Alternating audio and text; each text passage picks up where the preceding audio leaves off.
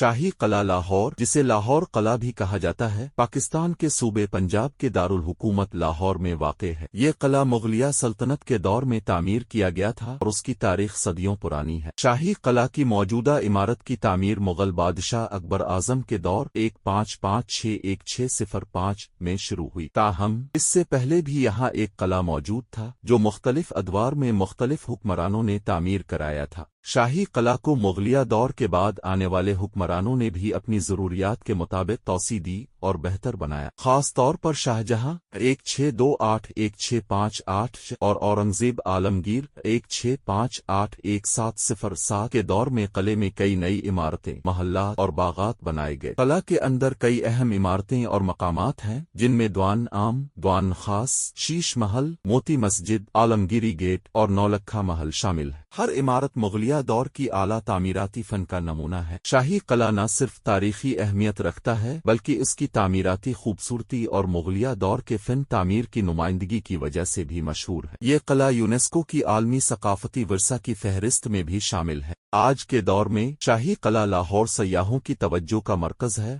اور یہاں روزانہ ہزاروں لوگ اس کی خوبصورتی اور تاریخ کو دیکھنے آتے ہیں۔